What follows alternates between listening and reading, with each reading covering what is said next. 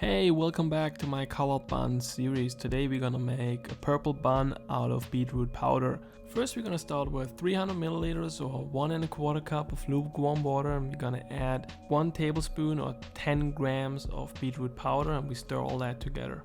And now we're gonna move over to our dry ingredients, which is 500 grams or 4 cups of all-purpose flour, 7 grams or a half a tablespoon of yeast, 5 grams or a half a tablespoon of sugar, 10 grams or 1 tablespoon of kosher salt. And then you're gonna mix all of them together before we're gonna add our wet ingredients. Now we're gonna add our beetroot water and mix it all together. I would recommend using a stand mixer and mix it for around 10 minutes.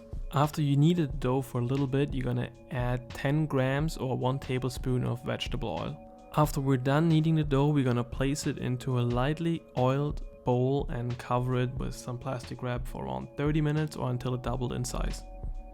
Just to let you know, this recipe will give you around 6 buns.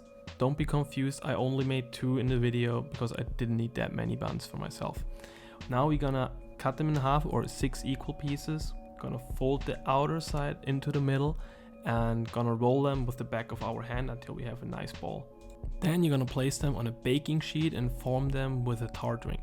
I recommend forming them a little bit smaller than your desired size because they will grow during the baking time. Now after we're done forming them, we're gonna cover them with some plastic wrap and let them rest for another 45 minutes. Be careful that the plastic wrap doesn't stick on the bun. After 45 minutes, we're gonna remove the plastic wrap and gonna cover the bun with some cream and gonna sprinkle some sesame seeds on top of it. Also preheat your oven to 200 degrees Celsius or 410 degrees Fahrenheit.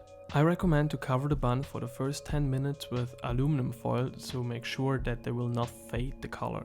Again, make sure the buns are not gonna stick to the aluminum foil, otherwise they will burn at that point. If you want to know how to make the other buns you saw in this video, just check out my channel or subscribe. The video is already on there or will be on there shortly. Now after we covered the buns with aluminum foil, we're gonna place them in the oven for 10 minutes. After that, we're gonna take them out and gonna bake them for another 5 minutes after removing the aluminum foil. And as you can see now, the color didn't fade. Again, thank you so much for watching this video and check out my channel for other recipes.